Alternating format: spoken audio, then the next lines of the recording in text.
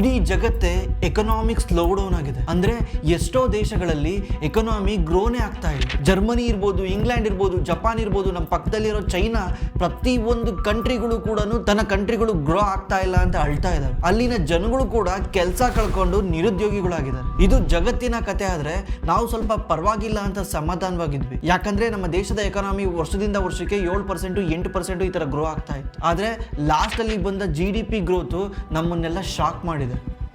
ನಮ್ಮ ದೇಶದ ಎಕನಾಮಿ ಮುಂದೆ ಗ್ರೋ ಆಗುತ್ತೋ ಇಲ್ಲೋ ಅನ್ನೋದು ಭಯ ಆಗಿದೆ. ಯಾಕಂದ್ರೆ ಲಾಸ್ಟ್ ಇಯರ್ ನಮ್ಮ ದೇಶದ ಎಕನಾಮಿ 7.2% ಗ್ರೋತ್ ಆಗಿತ್ತು. ಈಗ ಅದು 5.2% ಆಗಿದೆ. ಇದು ಸಡನ್ಲಿ ಫಾಲ್ ಆಗಿರೋದ್ರಿಂದ ತುಂಬಾ ಜನ ಎಕನಾಮಿಸ್ಟ್ಗಳು ಭಯ ಪಡ್ತಿದ್ದಾರೆ, ನಮ್ಮ ದೇಶ ಗ್ರೋ ಆಗುತ್ತೋ ಇಲ್ಲ ಅಂತ. ಯಾವುದೇ ಒಂದು ದೇಶದ ಎಕನಾಮಿ ಗ್ರೋ ಆಗ್ತಾ ಇಲ್ಲ ಅಂದ್ರೆ ಏನರ್ಥ?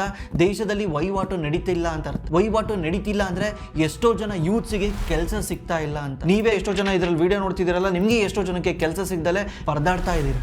ಯಾಕಂದ್ರೆ ನಮ್ಮ ಎಕನಾಮಿ ಸ್ಲೋ ಡೌನ್ ಆಗ್ತಾ ಇದೆ. ಇದನ್ನೆಲ್ಲ ಸರಿ ಮಾಡ್ಬೇಕಂದ್ರೆ ಆಯಾ ದೇಶದ ಸರ್ಕಾರಗಳು ಎಕನಾಮಿಗೆ ಸಪೋರ್ಟ್ ಮಾಡಕ್ಕೆ ನಾನಾ ಸ್ಕೀಮ್ಗಳನ್ನ ತರ್ತಾರೆ. ಎಕ್ಸಾಂಪಲ್, ಚೈನಾ ಎಕನಾಮಿ ಸ್ಲೋ ಆಗ್ತಾ ಇರೋದಕ್ಕೆ ಚೈನಾ ಸರ್ಕಾರ ಸುಮಾರು $1.4 ಟ್ರಿಲಿಯನ್ ಅಷ್ಟು ದುಡ್ಡನ್ನ ಎಕನಾಮಿನಲ್ಲಿ ಇನ್ಫ್ಯೂಸ್ ಮಾಡ್ತಾ ಇದ್ದಾರೆ, ಎಕನಾಮಿನಲ್ಲಿ ಡಿಸ್ಟ್ರಿಬ್ಯೂಟ್ ಮಾಡ್ತಾ ಇದ್ದಾರೆ. ಯಾಕಂದ್ರೆ ದೇಶದ ಎಕನಾಮಿ ಗ್ರೋ ಆಗಲಿ ಅಂತ.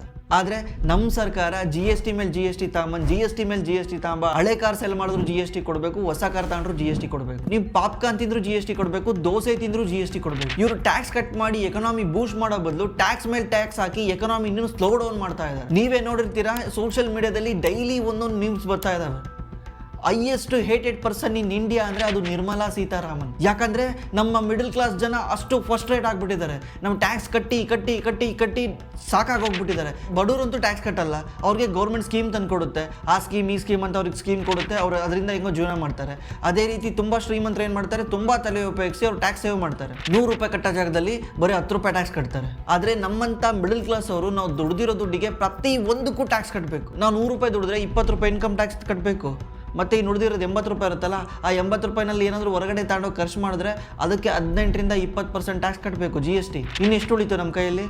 $60 ಉಳಿತು. ಈ $60 ನೀವು ಸ್ಟಾಕ್ ಮಾರ್ಕೆಟಲ್ಲಿ ಅಥವಾ ಎಲ್ಲ ಗೋಲ್ಡಲ್ಲಿ ಇನ್ವೆಸ್ಟ್ ಮಾಡಿ ಅದರಿಂದ ಲಾಭ ಮಾಡಿದ್ರೆ ಅದಕ್ಕೂ ಟ್ಯಾಕ್ಸ್ ಕಟ್ಟಬೇಕು. ಪ್ರತಿ ಒಂದಕ್ಕೂ ಟ್ಯಾಕ್ಸ್ ಕಟ್ಟಿ ಕಟ್ಟಿ ಕಟ್ಟಿ ನಮ್ಮ ಮಿಡಲ್ ಕ್ಲಾಸ್ ಜನ ಸಾಕಾಗೋಗ್ಬಿಟ್ಟಿದ್ದಾರೆ. ಅದಕ್ಕೆ ಇವಾಗ ಅವ್ರು ತಿರುಗಿ ಬಿದ್ದಿದ್ದಾರೆ. ಇಷ್ಟು ದಿವಸ ಅವ್ರು ಯಾವತ್ತೂ ತಿರುಗಿ ಬೀಳ್ತಾ ಇರಲಿಲ್ಲ.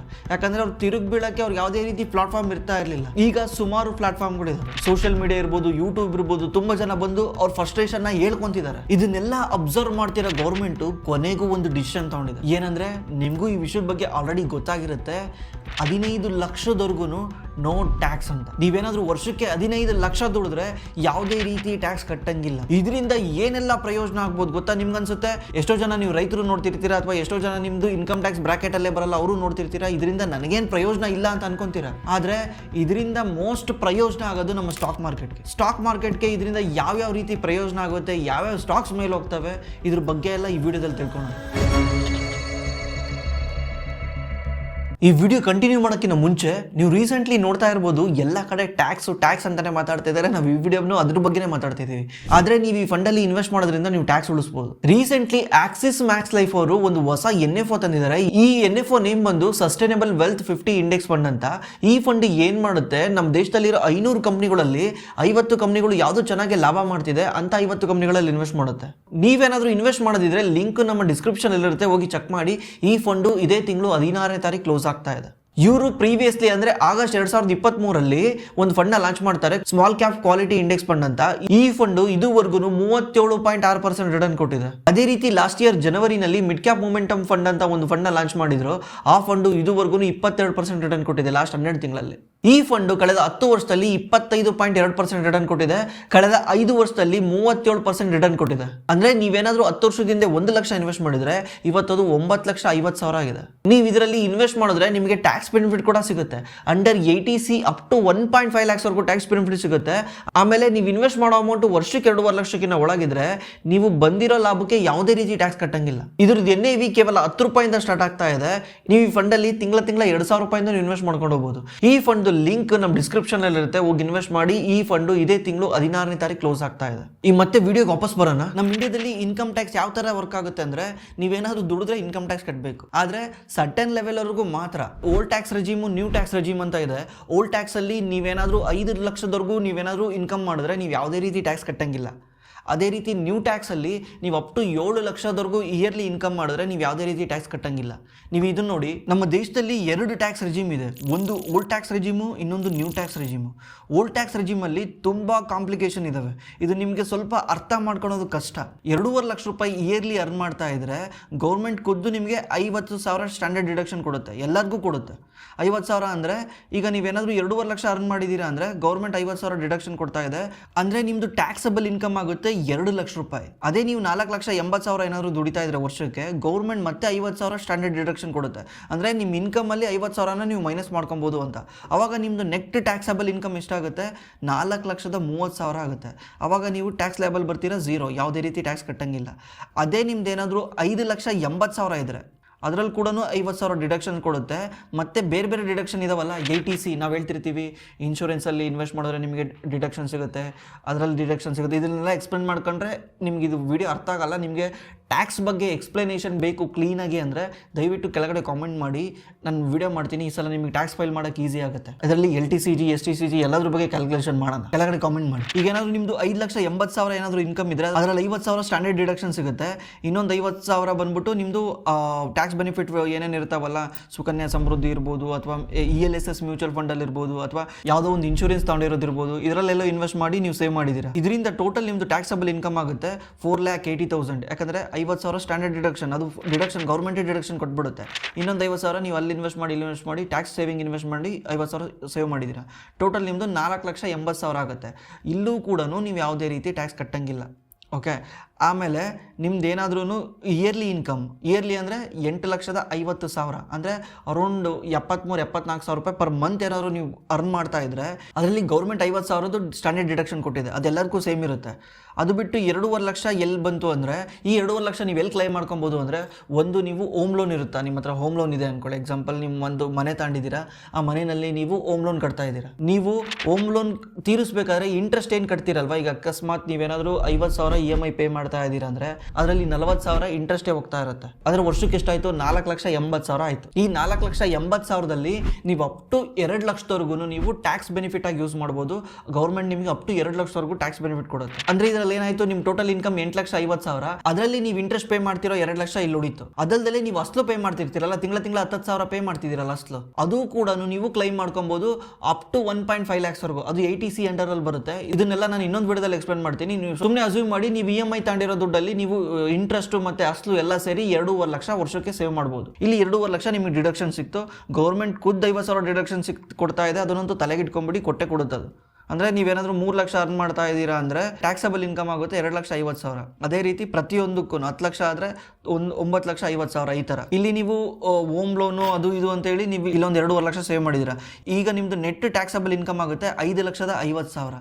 ಇದಕ್ಕೆ ನೀವು ಟ್ಯಾಕ್ಸ್ ಪೇ ಮಾಡಬೇಕಾಗಿರೋದು 22,500 ರೂಪಾಯಿ. ಟ್ಯಾಕ್ಸ್ ಪೇ ಮಾಡಬೇಕಾಗಿರೋದು ಎಂಟೈರ್ ನಿಮ್ಮ ಇನ್ಕಮಿಗಲ್ಲ. ಈ ಥರ ಡಿಡಕ್ಷನ್ ಎಲ್ಲ ತಗೊಂಡು ಲಾಸ್ಟಲ್ಲಿ ಏನು ಉಳಿಯುತ್ತಲ್ಲ ಅಮೌಂಟು 5,50,000, ಅದಕ್ಕೆ ನೀವು ಟ್ಯಾಕ್ಸ್ ಪೇ ಮಾಡಬೇಕಾಗಿರೋದು. ಅದೇ ರೀತಿ 10 ಲಕ್ಷದಿಂದ 12 ಲಕ್ಷದವರೆಗೂ ನಿಮ್ಮ ಟ್ಯಾಕ್ಸಬಲ್ ಏನಾದರೂ ಇದ್ದರೆ, ಟೋಟಲ್ ನಿಮ್ಮದು 11 ಲಕ್ಷ ರೂಪಾಯಿ ಇನ್ಕಮ್ ಇದ್ದರೆ ಅದರಲ್ಲಿ 50,000 ರೂಪಾಯಿ ಸ್ಟ್ಯಾಂಡರ್ಡ್ ಡಿಡಕ್ಷನ್ನು, 3 ಲಕ್ಷ ನಿಮ್ಮದು ಹೋಮ್ ಲೋನು, ಇನ್ಶೂರೆನ್ಸು ಅಲ್ಲಿ ಇಲ್ಲಿ ಸೇವ್ ಮಾಡಿ 3 ಲಕ್ಷ ಡಿಡಕ್ಷನ್ ತಗೊಂಡಿದ್ರೆ ನಿಮ್ಮದು ಟೋಟಲ್ ಟ್ಯಾಕ್ಸಬಲ್ ಇನ್ಕಮ್ ಆಗುತ್ತೆ 7,50,000. ಇದಕ್ಕೆ ನೀವು 62,500 ರೂಪಾಯಿ ಟ್ಯಾಕ್ಸ್ ಕಟ್ಟಬೇಕಾಗುತ್ತೆ. ಅದೇ ನಿಮ್ದು ಏನಾದರೂ 14 ಲಕ್ಷ ಇದ್ರೆ ವರ್ಷಕ್ಕೆ ಇನ್ಕಮು, 50,000 ಸ್ಟ್ಯಾಂಡರ್ಡ್ ಡಿಡಕ್ಷನ್ನು, 3.5 ಲಕ್ಷ ನಿಮ್ಮದು ನಾರ್ಮಲ್ ಡಿಡಕ್ಷನ್ನು, ಹೋಮ್ ಲೋನ್ ಇರ್ಬೋದು, HRA ಬರುತ್ತೆ.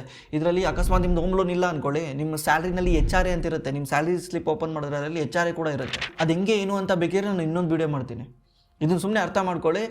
ನೀವು ಅಪ್ ಟು 3.5 lakhs ಇನ್ನೂ ಜಾಸ್ತಿನೇ ಕ್ಲೈಮ್ ಮಾಡ್ಕೊಬೋದು. ಇದರಲ್ಲಿ ಎಕ್ಸಾಂಪಲ್ಗೆ 3.5 lakhsವರೆಗೂ ನೀವು ಕ್ಲೈಮ್ ಮಾಡ್ಕೊಬೋದು. ಇನ್ನು ನಿಮ್ಮದು ನೆಟ್ ಇನ್ಕಮ್ ಎಷ್ಟಾಯ್ತು ಹೇಳಿ?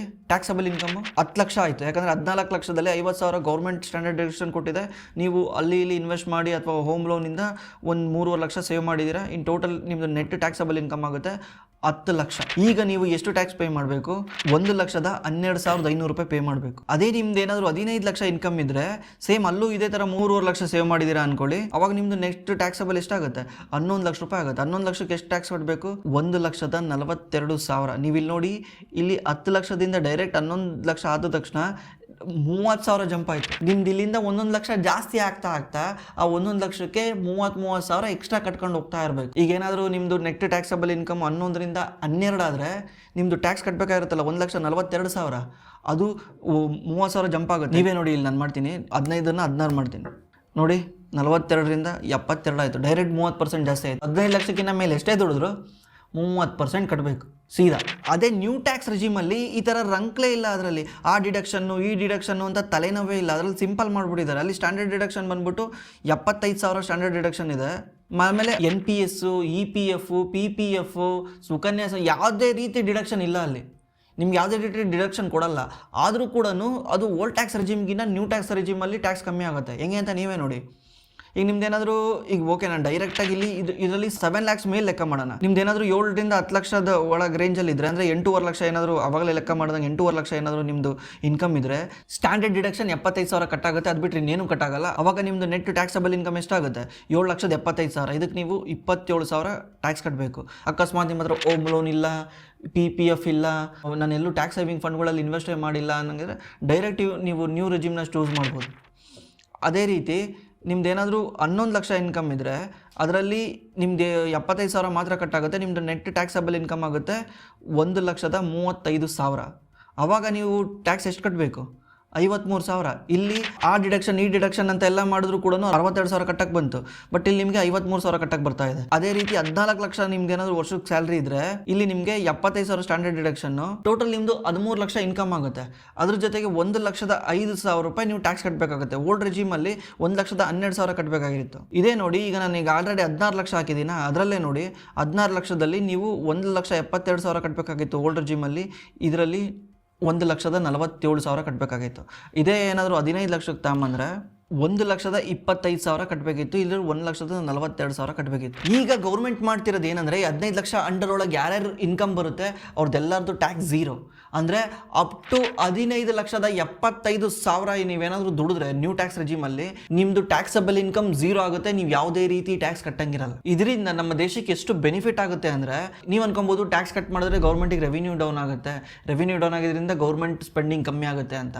ಅದೊಂದು ಕಡೆ ಇರಲಿ. ಯಾವುದೇ ಒಂದು ದೇಶದಲ್ಲಿ ಎಕನಾಮಿ ಗ್ರೋ ಆಗಬೇಕಂದ್ರೆ ಒಂದು ಗೌರ್ಮೆಂಟ್ ಸ್ಪೆಂಡ್ ಮಾಡಬೇಕು. ಲಾಸ್ಟ್ 10 ವರ್ಷದಿಂದ ಗೌರ್ಮೆಂಟೇ ನಮ್ಮ ಇಂಡಿಯಾದಲ್ಲಿ ಜಾಸ್ತಿ ಸ್ಪೆಂಡ್ ಮಾಡ್ತಾ ಇರೋದು ರೋಡಿಗೆ, ಅಲ್ಲಿಗೆ ಇಲ್ಲಿಗೆ ಅಂತ. ಅದರಿಂದ ಎಕನಾಮಿ ಬೂಮ್ ಆಗ್ತಾ ಇದೆ.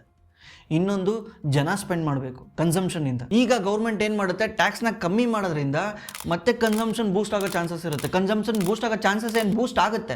ಯಾಕಂದರೆ ರೀಸೆಂಟ್ ಡೇಟಾ ಪ್ರಕಾರ ನಮ್ಮ ದೇಶದಲ್ಲಿ ಟೋಟಲ್ಲು 7,40,00,000 ಜನ ಟ್ಯಾಕ್ಸ್ನ ಫೈಲ್ ಮಾಡ್ತಾರೆ. ಅದರಲ್ಲಿ ಅರ್ಧಕ್ಕರ್ಧ ಜನ ನಿಲ್ ಟ್ಯಾಕ್ಸ್ನ ಫೈಲ್ ಮಾಡ್ತಾರೆ. ಅಂದರೆ 5 ಲಕ್ಷಕ್ಕಿಂತ ಒಳಗೆ ಬರುತ್ತೆ, ಇಲ್ಲ ಅವ್ರದ್ದು 7 ಲಕ್ಷಕ್ಕಿಂತ ಒಳಗೆ ಬರುತ್ತೆ. ಅವ್ರು ಏನು ಮಾಡ್ತಾರೆ, 7 ಲಕ್ಷ ಫೈಲ್ ಮಾಡಿಬಿಟ್ಟು ನಾನು ಯಾವುದೇ ರೀತಿ ಟ್ಯಾಕ್ಸ್ ಕಟ್ಟಂಗಿಲ್ಲ, ಟ್ಯಾಕ್ಸ್ ಫ್ರೀ ಅಂತ ನಿಲ್ ಫೈಲ್ ಮಾಡ್ತಾರೆ. ಇನ್ನು ಉಳಿದಿರೋ 23% ಜನ ಟ್ಯಾಕ್ಸ್ ಫೈಲ್ ಮಾಡ್ತಾರೆ. ಅದು 5.5 ಲಕ್ಷದಿಂದ 9 ಲಕ್ಷದವರೆಗೂ. ಅಂದರೆ ಓಲ್ಡ್ ಟ್ಯಾಕ್ಸ್ ರೆಜಿಮಲ್ಲಿ 5.5 ಲಕ್ಷ ದಿಂದ 9 ಲಕ್ಷದವರೆಗೂ. ಅಂದರೆ ಇವರು ಆವ್ರೇಜು ವರ್ಷಕ್ಕೆ ಒಂದು 10,000ರಿಂದ 15,000 ರೂಪಾಯಿ ಟ್ಯಾಕ್ಸ್ನ ಪೇ ಮಾಡ್ತಾರೆ. ಮತ್ತು ಇದರಲ್ಲಿ ಉಳಿದಿರೋ ಇನ್ನು 12 ಲಕ್ಷ ಜನ 10 ಲಕ್ಷದಿಂದ 15 ಲಕ್ಷ ರೂಪಾಯಿ ಟ್ಯಾಕ್ಸ್ನ ಫೈಲ್ ಮಾಡ್ತಾರೆ. ಅವರು ಆವ್ರೇಜ್ ಅಂದ್ರೂ ವರ್ಷ 1 ಲಕ್ಷ ರೂಪಾಯಿ ಟ್ಯಾಕ್ಸ್ನ ಕಟ್ತಾರೆ. ಈಗ ಎಷ್ಟಾಯ್ತು ಹೇಳಿ, ಟೋಟಲ್ 8 ಕೋಟಿನಲ್ಲಿ 12% ಅಂದರೆ ಇನ್ನು ಉಳಿದಿರೋ 23% ಜನ, ಅಂದರೆ 2,40,00,000 ಜನ ಒಂದು ವರ್ಷ 10,000 ರೂಪಾಯಿ ಪೇ ಮಾಡ್ತಾರೆ ಅಂತ ಅನ್ಕೊಳ್ಳಿ. ವರ್ಷ 10,000 ರೂಪಾಯಿ ಪೇ ಮಾಡ್ತಾರೆ. 2,40,00,000 × 10,000 ಎಷ್ಟಾಯಿತು? 24,000 ಕೋಟಿ ಆಗುತ್ತೆ. 24,000 ಕೋಟಿ. ಇದರಲ್ಲಿ 90 ಲಕ್ಷ ಜನ ಪೇ ಮಾಡ್ತಾರೆ.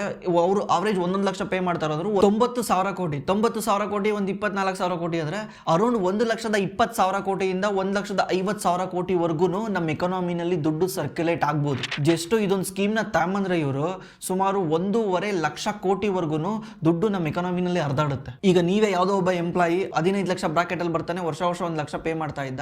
ಅವನಿಗೀಗ 1 ಲಕ್ಷ ಉಳಿತು. ಆ 1 ಲಕ್ಷ ಉಳಿದ್ರ ತಕ್ಷಣ ಏನು ಮಾಡ್ತಾನೆ ದುಡ್ಡನ್ನ ಅವನು? ಆ್ಯಕ್ಚುಲಿ ಇವರೆಲ್ಲ ಅಪ್ಪರ್ ಮಿಡಲ್ ಕ್ಲಾಸ್ ಅವರು. ಇವ್ರು ಸ್ಪೆಂಡಿಂಗ್ ಇದ್ದೇ ಇರುತ್ತೆ. ಇವ್ರು ಸ್ಪೆಂಡಿಂಗ್ ಲೈಫ್ ಸ್ಟೈಲ್ಗೋಸ್ಕರ ಸ್ಪೆಂಡಿಂಗ್ ಮಾಡೇ ಮಾಡ್ತಾರೆ. ಇವ್ರು ಏನು ಮಾಡ್ತಾರೆ, ಲೈಫ್ ಸ್ಟೈಲ್ ಅಪ್ಗ್ರೇಡ್ ಮಾಡ್ಕೊಳಕ್ಕೆ ಸ್ಪೆಂಡ್ ಮಾಡ್ತಾರೆ.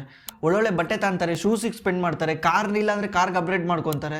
ಅಥವಾ ತುಂಬ ಜನ ಹಿಂಗೂ ಥಿಂಕ್ ಮಾಡ್ತಾರೆ, ಈ ವರ್ಷ 1 ಲಕ್ಷ ರೂಪಾಯಿ ಉಳಿದಿದೆ, ಲಾಸ್ಟ್ ವರ್ಷಕ್ಕಿಂತ ಈ ವರ್ಷ ಕಂಪೇರ್ ಮಾಡಿದ್ರೆ 1 ಲಕ್ಷ ರೂಪಾಯಿ ಉಳಿದಿದೆ, ಈ 1 ಲಕ್ಷನ ಯಾವ್ದಾನ ಗೋಲ್ಡ್ ಬೈ ಮಾಡೋಣ ಅಂತ ಗೋಲ್ಡ್ ಬೈ ಮಾಡ್ತಾರೆ. ಯಾವ ಕಂಪ್ನಿಗಳಿಗೆ ಬೆನಿಫಿಟ್ ಆಗುತ್ತೆ? ಗೋಲ್ಡ್ ಮೇಕಿಂಗ್ ಕಂಪ್ನಿಗಳಿಗೆ ಬೆನಿಫಿಟ್ ಆಗುತ್ತೆ. ಅದೇ ರೀತಿ ಕಾರ್ ತಗೊಳಕ್ಕೆ ಹೋದ್ರೆ ಕಾರ್ ಕಂಪ್ನಿಗಳಿಗೆ ಬೆನಿಫಿಟ್ ಆಗುತ್ತೆ. ನೀವು ಹಿಂಗೆ ಯೋಚನೆ ಮಾಡಬೇಡಿ 1 ಲಕ್ಷದಲ್ಲಿ ಕಾರ್ ಬರುತ್ತಾ ಅಂತ.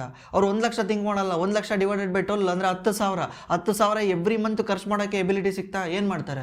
ಇವ್ರ ಹತ್ರ ಆಲ್ಮೋಸ್ಟ್ ಒಂದು 10,000 ಇವ್ರ ಕೈಲಿದ್ದು ಇನ್ನೊಂದು 10,000 ಇದರಿಂದ ಬರ್ತಾ ಇದ್ರೆ 20,000 EMI ಹಾಕ್ಸ್ಕೊಂಡು ಕಾರ್ ತಗೊಂತಾರೆ. ಎಷ್ಟೋ ಜನ ಥಿಂಕ್ ಮಾಡ್ಬೋದು, ತುಂಬ ಬುದ್ಧಿವಂತರು ನಿಮ್ಮಂಥವ್ರು, 1 ಲಕ್ಷ ಉಳಿತಾ ಇದೆ, ಈ ಲಕ್ಷನ ವೇಸ್ಟ್ ಮಾಡೋದು ಬೇಡ, ಸ್ಟಾಕ್ ಮಾರ್ಕೆಟಲ್ಲಿ ಇನ್ವೆಸ್ಟ್ ಮಾಡೋಣ, ಮುಂದೆ 50,000 ಬೇಕಾಗುತ್ತೆ ಅಂತ. ಇದರಿಂದ ನಮ್ಮ ಸ್ಟಾಕ್ ಮಾರ್ಕೆಟ್ಗಂತೂ ಬೆನಿಫಿಟ್ ಆಗೇ ಆಗುತ್ತೆ. ಯಾಕಂದ್ರೆ ಇವರೆಲ್ಲೇ ಹೋಗಿ ಸ್ಪೆಂಡ್ ಮಾಡಿದ್ರು ಆ ಕಂಪ್ನಿಗಳೆಲ್ಲ ಸ್ಟಾಕ್ ಮಾರ್ಕೆಟಲ್ಲೇ ಇದಾವೆ. ನನಗೆ ಇನ್ನೊಂದು ಅನಿಸ್ತಾ ಇದೆ, ಈ ಬಜೆಟಲ್ಲಿ LTCGನೂ ಕಮ್ಮಿ ಮಾಡ್ಬೋದು ಅಂತ. ಚಾನ್ಸಸ್ ಕಮ್ಮಿ ಇದೆ. ಯಾಕಂದರೆ ಲಾಸ್ಟ್ ಇಯರ್ ಜಾಸ್ತಿ ಮಾಡಿದ್ರೆ ಈ ಇಯರ್ ಕಮ್ಮಿ ಮಾಡಿದ್ರೆ ಸ್ವಲ್ಪ ಕ್ರಿಟಿಸಿಸಮ್ ಬರುತ್ತೆ. ಯಾಕೆ ಸುಮ್ಮನೆ ಆಟ ಆಡ್ತೀರಾ, 1 ವರ್ಷ ಜಾಸ್ತಿ ಮಾಡೋದು 1 ವರ್ಷ ಕಮ್ಮಿ ಮಾಡೋದು ಅಂತ. 90% ಚಾನ್ಸ್ ಇಲ್ಲ, ಒಂದು 10% ಅಂದ್ಕೊಂಡ್ರು ಕೂಡ ಈ ವರ್ಷ ಕಮ್ಮಿ ಮಾಡ್ಬೋದು. ಬಿಕಾಸ್ ತುಂಬ ಜನ FIS ಹೊರಗೆ ಹೋಗಿರೋದ್ರಿಂದ ಅವ್ರನ್ನ ಮತ್ತೆ ಕರ್ಕೊಂಬರೋಕ್ಕೆ ಈ ಥರ ಏನಾದರೂ ಪ್ಲ್ಯಾನ್ ಮಾಡ್ಬೋದು. ದೇವ್ರ ದಯಿಂದ ಹಿಂಗಾದರೆ ಸ್ಟಾಕ್ ಮಾರ್ಕೆಟ್ ಮತ್ತೆ ಬೂಮ್ ಆಗುತ್ತೆ, ನಿಮ್ಮ ಪೋರ್ಟ್ಫೋಲಿಯೋ ಎಲ್ಲ ಮತ್ತೆ ಮೇಲೆ ಹೋಗುತ್ತೆ. ಇದ್ರ ಬಗ್ಗೆ ನಿಮ್ಗೆ ಏನು ಅನ್ಸುತ್ತೆ ಕೆಳಗಡೆ ಕಾಮೆಂಟ್ ಮಾಡಿ. ನಾನು ಅವಾಗಲೇ ಹೇಳ್ದಂಗೆ ನೀವೇನಾದ್ರು ಟ್ಯಾಕ್ಸ್ ಉಳಿಸ್ಬೇಕಿದ್ರೆ ಆಕ್ಸಿಸ್ ಮ್ಯಾಕ್ಸ್ ಲೈಫ್ ಅವರು ಒಂದು ಹೊಸ NFO ತಂದಿದ್ದಾರೆ, ಅದರಲ್ಲಿ ಇನ್ವೆಸ್ಟ್ ಮಾಡಿ. ಅದ್ರ ಲಿಂಕ್ ನಮ್ಮ ಡಿಸ್ಕ್ರಿಪ್ಷನ್ ಇರುತ್ತೆ, ಹೋಗಿ ಚೆಕ್ ಮಾಡಿ. ಈ ಫಂಡು ಇದೇ ತಿಂಗಳು 16ನೇ ತಾರೀಕು ಕ್ಲೋಸ್ ಆಗ್ತಾ ಇದೆ.